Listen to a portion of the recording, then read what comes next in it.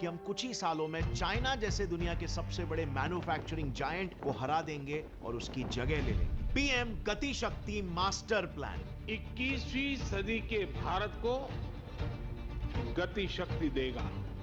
आत्मनिर्भर भारत के संकल्प के साथ हम अगले 25 वर्षों के भारत की बुनियाद रच रहे हैं। इस पोर्टल पर गवर्नमेंट की सारी मिनिस्ट्रीज एक साथ होगी, जिससे उन्हें पहले से ही पता होगा कि किस डिपार्टमेंट में कौन से प्रोडक्ट्स करंटली चल रहे हैं और क्या उन प्रोजेक्ट्स में कहीं पर भी ओवरलैपिंग हो रहा है कि नहीं। इससे सारे डिपार्टमेंट्स के बीच में इफेक्टिव कोऑर्डिनेशन होगा, जिससे स्मार्ट वर्क बढ़ेगा, हार्ड वर्क नहीं। सरकार के प्रोजेक्ट्स तय समय सीमा के भीतर पूरे हो, इसके लिए ये गति शक्ति नेशनल प्लान सही जानकारी और सटीक मार्गदर्शन करेगा।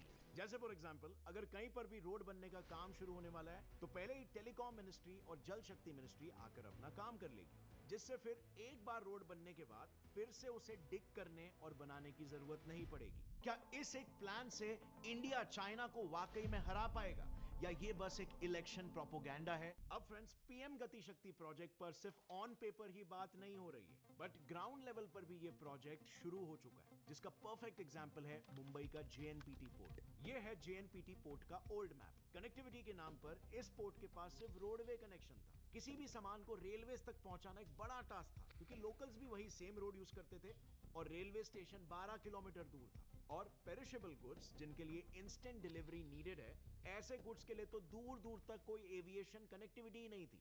तो अब होना क्या है, रॉ मटेरियल्स जब पोर्ट से ही फैक्ट्रीज तक टाइम पर नहीं पहुंचेंगे तो इंडिया खाक मैन्युफैक्चरिंग हब बनेगा। बट गति शक्ति ने जेएनपीटी का मैप पूरी तरह से बदल दिया। इस पोर्टल के थ्रू सारी मिनिस्ट्री साथ आई और उन्होंने प्लान आउट किया कि कैसे कोलैबोरेटिवली इस प्रोजेक्ट पर वर्क करके वो इस एरिया को डेवलप कर सकते हैं। और इसका रिजल्ट, जेएनपीटी के मैप का सबसे पहला चेंज, डायरेक्ट रेलवे कनेक्शन।